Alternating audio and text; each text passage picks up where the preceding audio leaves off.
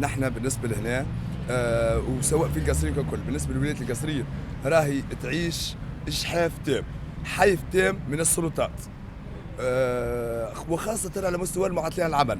نحن لدينا من كافة الفئات العمرية، عندنا شكون اللي طالت بطالتهم وصل حتى ل 18 سنة. عندنا نحن من بيناتنا لهنا ثم شكون عنده 14 سنة، ثم شكون عنده 12 سنة و13 سنة و10 سنين إلى حدود. بالنسبة للتحرك الاحتجاجي هذا راهو كان عام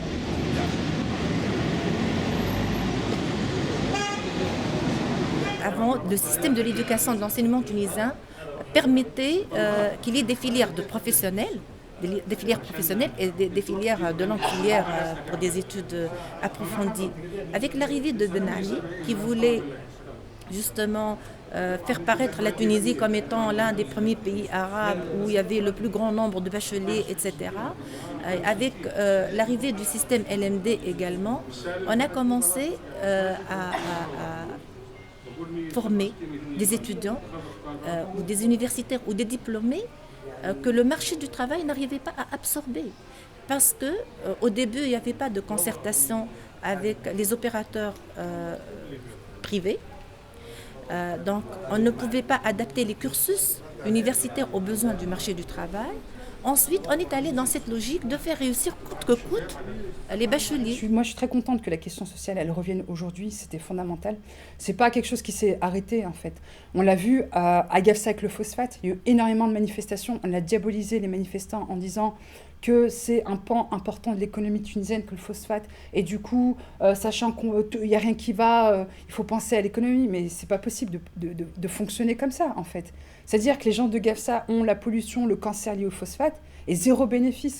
C'est la même chose pour l'usine de cellulose à Gasserine qui pollue les eaux consommées par les habitants et les gens, je veux dire, ne voient pas le bénéfice de ça. Gasserine est la dernière région, toute catégorie confondue en termes de développement. عن وعدها وعن اللي نصت عليه من الأول يعني ما نجر عليه دخولنا في اعتصام مفتوح أمام مقر الوزارة إلى حين يعني طلب جلسة تفاوضية تكون رسمية وجريئة من قبل رئيس الحكومة أو بوفد يعني مفوض عنه وتكون لديه القدرة على تنفيذ القرارات. ما هو باش نحكي بليلة ذاك السيد إلى لا مش اسمه هو وعلي واش مازال ناقص.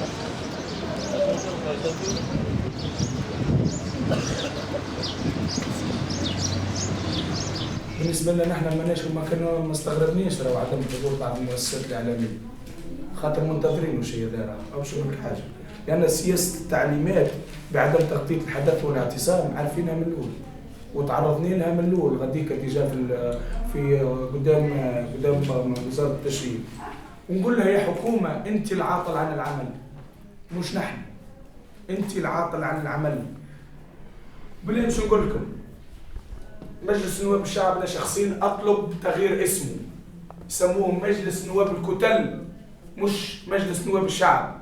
لكن اليوم المصلحه الوطنيه تقتضي تشريك هالشباب العاطل عن العمل وهالشباب المفقر والمهمش تشريكه في اخذ القرار وكاننا اليوم فقدنا الثقه في مختلف الاطياف الحزبيه اما الاحزاب الحاكمه او الاحزاب او المعارضه. نحن شباب القصرين ثرنا من اجل حقوقنا ورانا ما جاناش نستعطوا فيكم اعطونا رانا جانا ناخذوا في حقنا. Les solutions pour le chômage et pour le développement de ces régions vont être très difficiles à apporter, mais ces jeunes demandent avant tout de la considération, qui est l'ouverture d'un dialogue. Et donc ce mépris de la part de l'État et de laisser des jeunes dans la rue pendant 3 mois, 4 mois, en plein hiver, dans les rues de Tunis, en n'ayant même pas le droit d'avoir une tente, puisqu'ils n'ont pas eu le droit de mettre une tente, donc ils dorment sur des matelas jour et nuit, et s'il pleut ou pas, c'est la même chose. Donc de la part d'un gouvernement post-révolutionnaire, c'est véritablement une honte.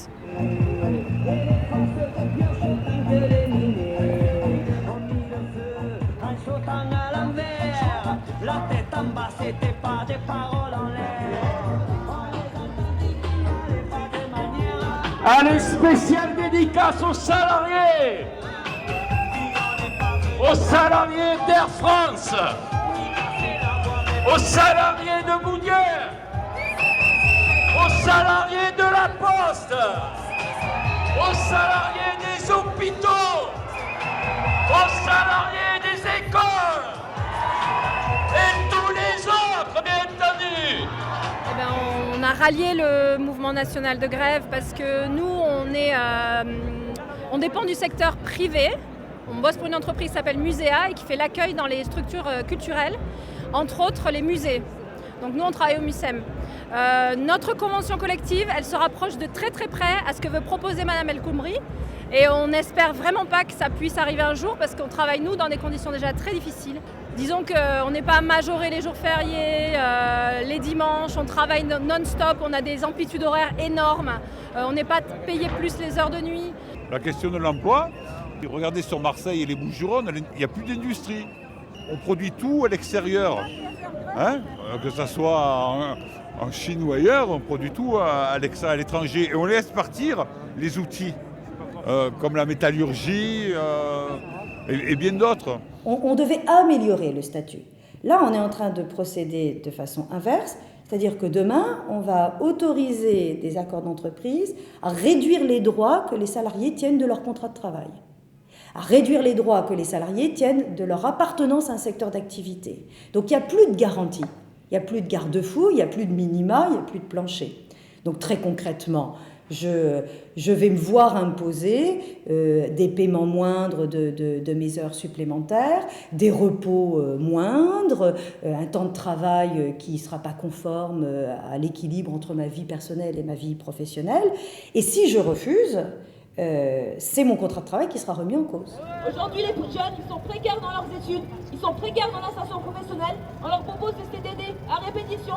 On va leur dire qu'un emploi, c'est en fait un service civique qui est à hauteur de la moitié du SMIC, 500 € par mois, juste pour vivre. Aujourd'hui, on nous propose une loi qui nous explique que vous êtes précaires dans vos études et vous le resterez dans votre vie jusqu'à la fin. On est là pour dire que notre voix à nous, elle compte et qu'il faut qu'ils arrêtent de faire passer des trucs sans nous poser la question. Le truc, c'est qu'on essaie de dépolitiser les jeunes, on essaie de séparer les salariés des uns des autres en les mettant en concurrence les salariés contre les intérimaires, contre les chômeurs, contre les étudiants, contre les lycéens. Et là, on est là pour montrer qu'on est tous ensemble, tous unis, qu'on a tous les mêmes intérêts et qu'on va se battre tous ensemble. Et je ne sais pas si vous savez, au début c'était tout petit rikiki rassemblement, tout petit devant le ménage.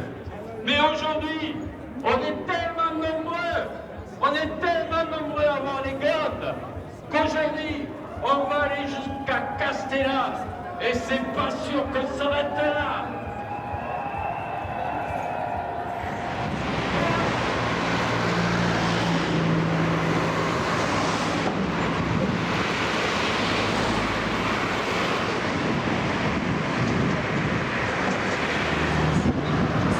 حبيت النظرة الأولى بالأول ما شفت أول مرة حبيت شعب محمد والله العظيم يا مفتوح وينك يا مفتوح؟ اوزر صاحبي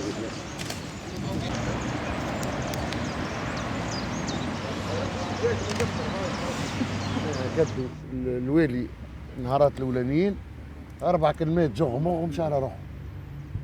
لا عرف عليكم لا موتى لا حيين لا وين تاكلوا اش ما تاكلوا لا صبت عليكم المطر. نهرت لحد البقعه هذه غدير هنا فما واد البقعه هذه نهرت لحد في الليل فهمتني. ومن النقطه معناها الاخرانيه اللي اعلنا عليها هي المطالبه الملحه الفوريه من اجل انه السلطات تجي لهنا. وكما قال صديقنا محمد علي احنا ما ناخذوش موقف في بقعتكم انتم اصحاب القرار. احنا هنا متجندين هاك تشوفوا فينا نروحوا نص الليل. Je suis Salim Ben Yahya.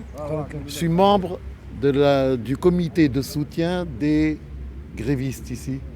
Il s'agit en fait de 58 personnes qui viennent de la ville de Gafsa, la ville minière de Gafsa, 2 femmes et 56 hommes qui sont venus à pied sur 405 km. Ils ont mis 8 jours pour venir ici. Ils ont été retenus, n'ont pas choisi de s'installer ici. C'est la police qui les a arrêtés et encerclés ici.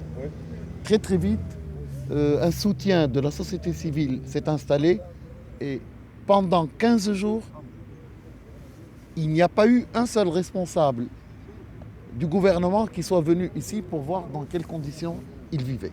La solution, c'est que le gouvernement envoie un émissaire discuter avec ces gens-là. Oui. Et ces gens-là répondront d'une seule voix. Nous ne voulons rien. Nous voulons du travail.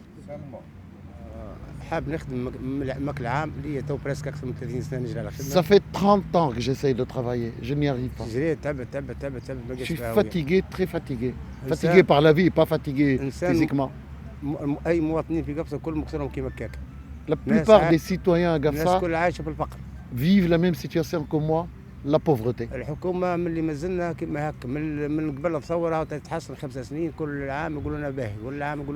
Dès avant la révolution, bien avant la révolution, nous n'avons eu que des promesses. Ils nous disaient toujours, ça va, on va vous aider, on va vous donner du travail. برشا مواطنين قدت مطالب في البيئه فكل واحد برشا حوايج قد مطالب باش تخدم فما اللي تربطت فما اللي مشت فما مشوا كانوا ولاد فلان وفلتان. Beaucoup de citoyens ont fait des demandes pour travailler, mais en fait, finalement, seuls ceux qui avaient des soutiens et des gens pour les aider ont eu quelques petits boulots. Il y a beaucoup d'expériences partout dans le monde, entre autres l'économie sociale et participative, qu'on peut vraiment l'encourager en Tunisie. Et je crois qu'elle est beaucoup bénéfique. Et on a beaucoup d'exemples dans ce cas-là. On a donc des associations qui travaillent, on a l'expérience de la Tunisie dans les coopérations qui ont été en 1960 et qui a été soutenue par la Banque mondiale. Ce n'est pas le socialisme, ce n'est pas le communisme, c'est pas vrai. C'est une expérience qui a été soutenue par la Banque mondiale à cette époque-là. Il faut encourager les jeunes à faire des petites entreprises. Vous voyez, il faut que l'État aussi prenne sa responsabilité pour faire des investissements à l'intérieur, car si vous voulez, les patronats ne veulent pas aller à l'intérieur, ils ne veulent qu'avoir des sites sur la plage, c'est-à-dire aux alentours du mer, pour faciliter l'échange, ainsi de suite, et l'export. Mais l'État, ça c'est le rôle de l'État aussi. Et les jeunes, on doit leur donner aussi une prime, au moins pour les gens diplômés. Pour quelqu'un qui est diplômé, quand même, il a fait son devoir, il a eu son diplôme, c'est pas sa faute. Vous voyez, on lui donne quand même une prime qui peut lui garder digne, qui peut rester dans un local, qui peut échanger avec les autres. Vous voyez, et ça toute la population doit être concernée, bien sûr. Je n'ai jamais compris, ces 4 ans que je suis en Tunisie, j'ai jamais compris en fait cette mentalité d'assistanat dans le sens de tout attendre de l'État, alors que l'État n'a jamais rien fait pour les gens des régions intérieures. Donc c'est-à-dire que même ces jeunes-là, qui sont désespérés, on peut le comprendre, hein, le désespoir. Pousser pour avoir du boulot aujourd'hui, c'est bien, mais pousser pour que tout le monde puisse, je veux dire, avoir la chance de bien vivre dans son propre pays et qu'on arrête avec cette équation, soit on prend la mer pour aller, pour être un haraga, comme on l'appelle ici, un exilé économique, comme on dit en Europe, ou soit Daesh. Franchement, je pense qu'il faut mettre en place d'autres options pour les jeunes que le choix du pire, quoi. Donc il faut qu'ils aient le droit de rêver dans leur propre pays. Il faut aussi qu'ils comprennent que c'est à eux de créer ça, en fait. Ça peut prendre un peu de temps, mais je crois à la stabilité. Peut-être, puisque je suis un chimiste, je travaille sur les états de transition déjà. Les états de transition, vous savez, lorsqu'il y a un état de transition, il est toujours accompagné d'une agitation, accompagné d'une augmentation de température, mais ce qui est sûr, il finira par donner un état d'équilibre stable. Un état d'équilibre stable pour une Tunisie qui est stable, pour le Maghreb arabe stable, pour tout le monde stable, pour l'Europe aussi, qui sont aussi nos voisins et nos amis, aussi nous voulons la stabilité. Et le Méditerranée pour nous, c'est comme une assiette de harissa au centre. Tout le monde peut manger. Tout le monde peut manger, vous voyez. On peut vivre ensemble. Pour tout le monde, on peut vivre ensemble. Croyez-moi, il y a des richesses qui sont suffisantes pour les 6 milliards.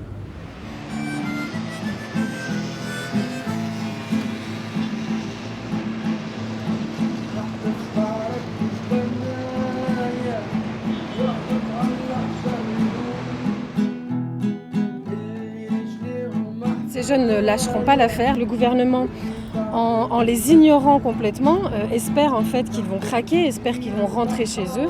Mais c'est totalement impossible pour eux puisqu'ils auraient honte de retourner dans leur région sans rien apporter. Si le gouvernement n'ouvre pas un dialogue très vite, ça peut réouvrir un cycle de violence et en tout cas aller dans le mur.